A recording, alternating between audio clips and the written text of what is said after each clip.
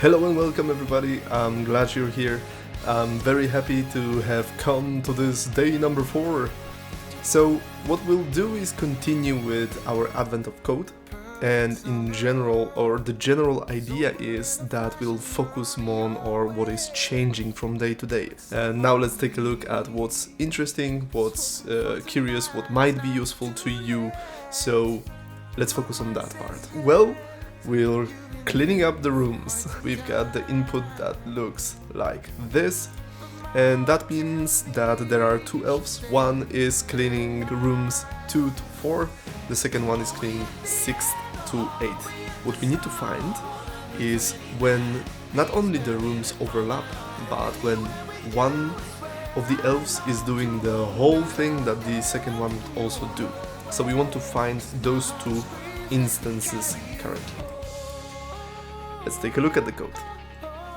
As always, we'll start with testing. We have this exact input and we know we expect 2 as a result of those fully contained rooms. What we have in here is a helper test to figure out if we are doing correctly mapping of those rooms. The main change I did today is focus more on the domain, because I've looked at day 3 and those names are already a bit cryptic to me, so I probably won't be able to figure out what's happening in like 2 weeks or 2 months. I created a type assignment, and it can use integers as the range for the rooms. The whole line will be actually the assignment pair, where we have the first elf and the second elf. This helper test just makes sure we are reading the line correctly. The code is very simplistic. We just have those different separators, because there's a different separator for the rooms and for the elves. We're just splitting 2 times, right? First between the elves, second between the rooms. What we achieve in parsed numbers is the list of integers. Now what we need to do is just create the assignment pair. After we're done with that, we can go on to the main function. The main function is number of assignments fully contained.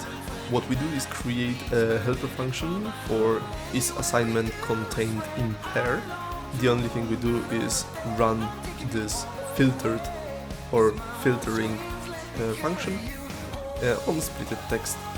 We wanted to run the read assignment pairs, and we also wanted to test the whole functionality, which is contains 2 where one fully contains the other. Getting back to the second part of the task.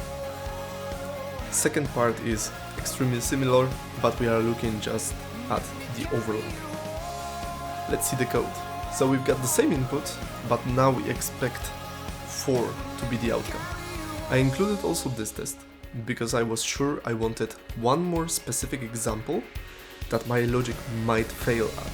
When writing the code, I realized it would be good to cover that part exactly. You can probably guess already that the number of assignments filtered is reused. That's why it's a private function rather than the inline function, as is the is assignment contained in pair. We're using the number of assignments filtered, we're just using a different filter. The logic of the filter is slightly different. I actually created a new function to make it more readable. This is just number contained between. So we've got the minimum and maximum boundaries and also the input. All in all, let's check the output of our day 4. Alright, here's your output. Thank you guys very much. I'm glad you've been here. And one important change we did today is include domain language. This will greatly improve our readability for the future, and for sure it will allow us to understand the code even after some time. I'm glad you've been here. I am Marcin, and as always, we can do better as a pack. See ya! The main function is number of assignments as once more. Let me just check my cables because there's something going on in here. Okay, cool.